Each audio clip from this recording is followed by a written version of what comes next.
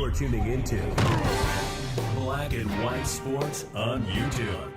The no-holds-barred truth on sports. The main event starts now. All right, Black and White Sports supporters, let's talk about the Steelers. We're going to talk a little bit about Russell Wilson very quickly because Sean Payton was asked a very direct question about Russell Wilson at the owners' meetings, the league meetings, and he gave what can only be described as a savage-ass answer. I don't know what it is about Russell Wilson that ultimately rubbed the Seahawks and Pete Carroll and ultimately rubbed the Denver Broncos and Sean Payton the wrong way, but there was something clearly amiss because he was asked a question very directly, and the answer he gave was extremely frank, and there was no emotion there outside of, we're glad to have him gone, basically. And you can get that by just simply using deduction.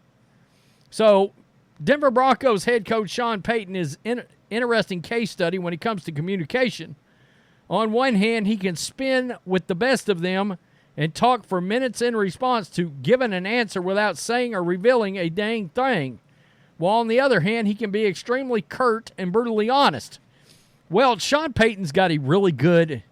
He's actually got a very good relationship with the media, and generally he enjoys talking to them. He's friends with a lot of these media guys. But this was interesting, and he was asked, was it hard to get rid of Russell Wilson knowing the Denver Broncos were going to take an $85 million dead cap hit? Was it difficult with Russ knowing that the dead cap consequences were so severe to make that decision to let him go? No. I mean, whoa. I mean, can you believe, was it difficult to get rid of Russell Wilson with an $85 million dead cap hit? He said, no. I mean, wow. And again, I go back to a comment that Pete Carroll made after the Seahawks beat the Broncos in that first year that they played. And this is, this Russell Wilson thing, especially with the Broncos, is something we watched and talked about a lot on this channel way back, all right, towards the first of last year. And it was odd because Pete said, I feel great for those veterans in there, that they were able to get a win against him. And it's just shocking. And it makes you wonder what's going to happen when he gets in the Steelers locker room. How is this going to go? Now, hopefully Mike Tomlin can make something of it. And I absolutely understand the signing by the Steelers. And I think Arthur Smith's offense is a better fit than Sean Payton's offense for Russ. But it's just shocking. There's something with whatever happened at the end of the Seattle run and this entire Broncos run that was just a disaster. From a personality standpoint, something is not right when somebody answers something that frankly and with no remorse whatsoever. So, there's that. Now, if you are a Steelers fan and you are hoping that you are going to get Brandon Aiyuk, we have found out the asking price, and there would be a trade for Brandon Aiyuk, and then you would have to sign him to a long-term contract. Now, there is a thought process that any team that wants to acquire him, hey, I've said I'm a Niners fan, I want to keep him. But he's going to cost some money. You're talking about a receiver that was in the top, I believe, 5 receivers in the league on PFF at the end of the year for the entire season. That was his grade.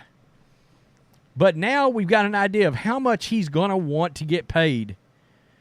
And it's from PFF. They've figured out what his contract's going to be. And you might have sticker shock. If the Steelers somehow land Brandon Aiyuk, there will be more than just the capital needed to acquire him. The Steelers will have to pay Aiyuk near the top of the market money on top of that if they want to land him. And Brad Spielberger of Pro Football Focus believes that Aiyuk's new contract would come in at around $30 million per year. Or at the very least, somewhere in the range of $28 million to start. Once again, Calvin Ridley got $20 million a year.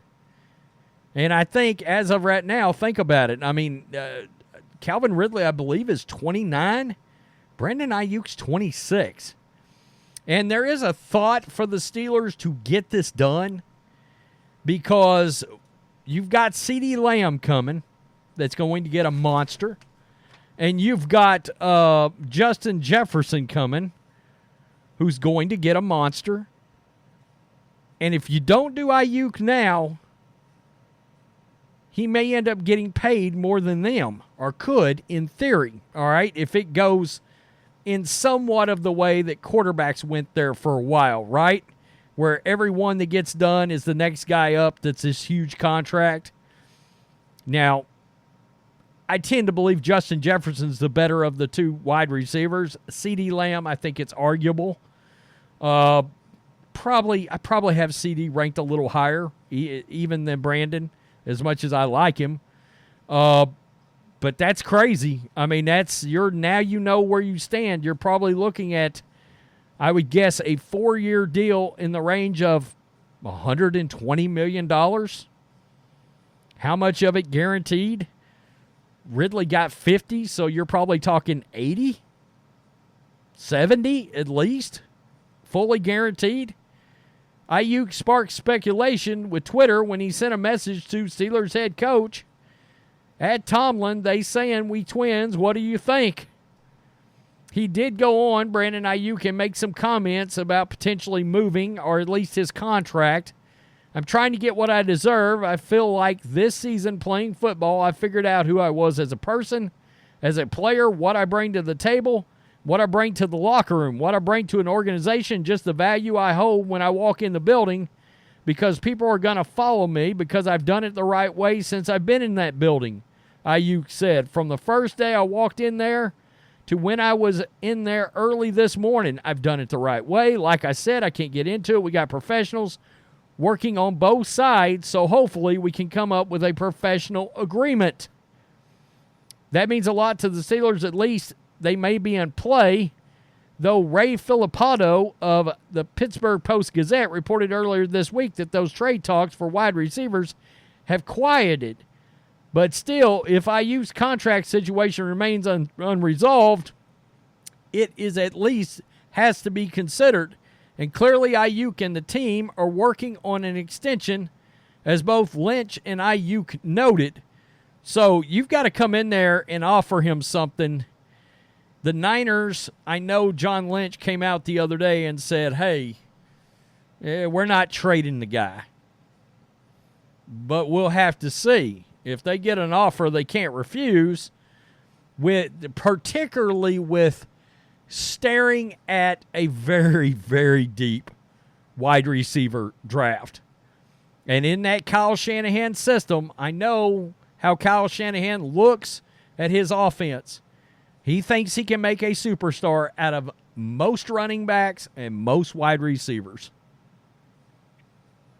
So he could see one of these hotshot young guys. That guy, I believe his last name is Mitchell out of UT. He could take a guy like that and do no telling what he could do with him and create some offensive packages for a guy like that that's got like 6'2", 220, ran a 4.4 something, and he could turn him into something. So I don't know. And then you got a rookie contract you're dealing with. So, and he would be right down in that drafting range that the Niners would be in, potentially, anyway. Tell me what you think. I want to give an update on Aiyuk so Steelers fans would know how much money, or any other team interested, they're going to have to come off of a lot of bread. A lot of bread. Peace. I'm out. Till next time. Thanks for watching the show. Be sure to like, comment, and subscribe. Be sure to tune in next time on Black and White Sports.